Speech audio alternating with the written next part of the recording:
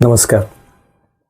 एका माणसाचा मुलगा मित्रांना घेऊन कारनी कुठेतरी सहलीला जातो. हा माणूस घरी असतो, टी व्हीवरती बातम्या बघत असतो आणि एक बातमी येते की मुलगा ज्या रस्त्यावर गेला त्याच रस्त्यावर मोठा अपघात झाला, ॲक्सिडेंट झाला आहे आणि एक कार आणि बसचा ॲक्सिडेंट झाला आणि त्याच्यामध्ये बहुधा कारमधले सगळेजण मृत्युमुखी पावले.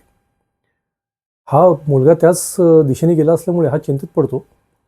बातम्या परत चेक करतो आणि लक्षात येतं की त्याचीच कार होती, मुलाचीच, आणि त्याचा मोठा ॲक्सिडेंट झाला आहे आणि गाडीतले बहुतेक सगळे गेलेत.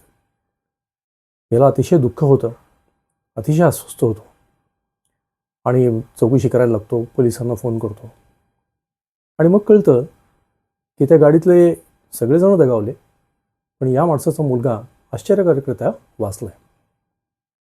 हे कळल्याबरोबर त्या माणसाचं दुःख कमी होतं. म्हणजे याचा अर्थ काय की जे दुःख आहे ते त्या घटनेमध्ये नसून आपलेपणामध्ये. आपला मुलगा गेला तर दुःख आहे, दुसऱ्याचा गेला तर तेवढंसं दुःख नाही. आणि हे प्रत्येक बाबतीतच बघायला मिळतं. कित्येक जणांना कित्येक रोग होतात, प्रकृती बिघडती, पण जेव्हा आपल्याला होतं तेव्हा आपल्याला जास्ती वाईट वाटतं, कारण शरीर आपलं आहे ही आपली भावना असते. दुसऱ्यांच्या घरी चोरी होती त्यावेळेस आपल्याला फार काही वाटत नाही, पण ते आपल्याच घरी झाली तर आपल्याला फार मोठं काही वाटतं. म्हणजे सांगण्याचा उद्देश काय की समोरची वस्तू, व्यक्ती ही मला आनंद देणारी आहे आणि त्यामुळे ती मला पाहिजे असं जेव्हा आपल्याला वाटतं, ज्याला आपण आसक्ती म्हणतो किंवा अटॅचमेंट म्हणतो, त्यातनं दुःख आहे. जर आपण ते आपलं मानलंच नाही, ते आपल्याला आनंद देणार हे मानलंच नाही, तर दुःखाचा प्रश्नच येत नाही. जसं कोकणामध्ये फणस कापताना हाताला चीक लागतो, म्हणून ते काय आयडिया करतात तर फणस कापण्याच्या आधी, त्याचे गरे काढण्याच्या आधी हाताला तेल लावतात, म्हणजे गरे काढणं पण होतं पण हाताला कुठलाही चिकटत नाही. मग तसंच जगात वागताना आपल्याला करता येईल का? कारण जगाचा संपर्क येणार नाही असं तर होणार नाही. संपर्क येणार आहे, आपल्याला लोकांशी संबंध येणार आहे, वस्तूंशी संबंध येणार आहे, तो आपण टाळू शकत नाही. पण त्या वस्तूंबद्दलचा, त्या व्यक्तींबद्दलचं आपल्याला जी अटॅचमेंट म्हणतो आपण, आसक्ती म्हणतो, ती जर कमी करता आली तर बरंच दुःख कमी होऊ शकतं. जसं एखादं जहाज असतं, जहाज पाण्यामध्ये राहणं यामध्ये काही अडचण नाही आहे. अडचण ही आहे की जहाजामध्ये पाणी असणं ही मात्र अडचण आहे, मग जहाज बुडतं.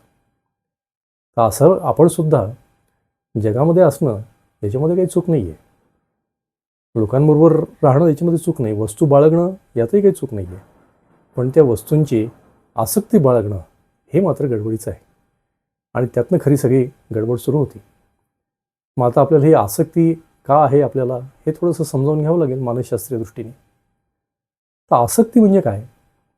तर माणसाला असं वाटतं की समोरची व्यक्ती, समोरचा वस्तू, समोरची जी काय गोष्ट असेल ही आपल्याला आनंद देणारी आहे आणि म्हणून ती मला पाहिजेच, ही भावना जेव्हा येते तेव्हा त्याला आपण आसक्ती म्हणतो. पण ह्याच्यामध्ये दोन चुकीचे गैरसमज आहेत या धारणेमध्ये. नंबर एक की कुठली बाहेरची वस्तू आणि व्यक्ती आपल्याला आनंद देते, हा सगळ्यात मोठा गैरसमज. आणि दुसरा गैरसमज की ती आपली आहे, आपलं काहीच नाही.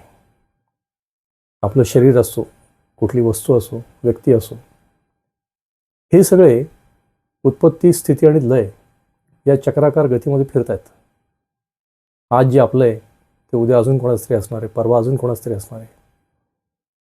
ज्याचा जन्म झाला तो तरुण होणार आहे, त्यानंतर वृद्ध होणार आहे, मग अतिवृद्ध होणार आहे, मग त्याचा मृत्यू होणार आहे. वस्तू नवीन घेतली की थोडी थोडी करत झिजणार आहे, खराब होणार आहे. म्हणजे याचा अर्थ की ज्या गोष्टीनं आपण आपलं मानलं ते खरं म्हणजे आपलं नाही, आणि ते शाश्वत आनंद देतं का? तर तेही खरं नाही. मग जर या दोन गोष्टी माणसाला पक्क्या कळल्या तर व्यक्तींविषयी, वस्तूंविषयी त्याचा जो हा भाव आहे आसक्तीचा, अटॅचमेंट ज्याला आपण म्हणतो, तो कमी होऊ शकतो. आणि तो एकदा कमी झाला की आपण आधीच्या उदाहरणात जसं बघितलं की मग त्या घटनांकडे आपण फक्त घटना म्हणून बघायला लागतो. डॉक्टरी पेशामध्ये असं म्हणतात की एखाद्या डॉक्टरच्या घरच्यांचं कोणाचं ऑपरेशन असेल तर डॉक्टर स्वतः करत नाहीत, असं का? कारण त्या व्यक्तीमध्ये त्यांची आसक्ती असते आणि मग त्या आसक्तीमुळे कामामध्ये ऑपरेशनमध्ये गडबड होऊ शकते. मन लागत नाही, काही गडबड झाली तर ते टेन्शनमध्ये येतात. याचा अर्थ ही आसक्ती आपल्या कामावरनं सुद्धा आपलं लक्ष उडवते, आनंद उडवते. मग आता या आसक्तीतनं बाहेर पडण्याचा एक उपाय आपण बघितला. पुढचा उपाय असा आहे की आपल्या खऱ्या मीची जर आपण ओळख करून घेतली, कारण ही जी सगळी आसक्ती आहे ही आपण जेव्हा देहभावात असतो त्याच्याशी संबंधित आहे. त्यामुळे आपण स्वतःला एखादा देह समजतो, तो स्थूल देह असो, सूक्ष्म देह असो की कारण देह असो, तर या सगळ्या वस्तू, व्यक्ती याबद्दल आसक्ती त्या देहाशी संबंधित आहेत. तर आपण त्या पलीकडे कसं जाऊ शकतो स्वतःच्या मीची ओळख करून, हे आपण परत कधीतरी पुढच्या व्हिडिओमध्ये बघूयात. हे व्हिडिओ आपल्याला जर आवडत असतील तर जरूर लाईक करा, सबस्क्राईब करा आणि सगळ्यात महत्त्वाचं, हा संदेश जास्तीत जास्त लोकांपर्यंत पोचवून त्यांनाही आनंदी कसं करता येईल याचा पण प्रयत्न करा. नमस्कार.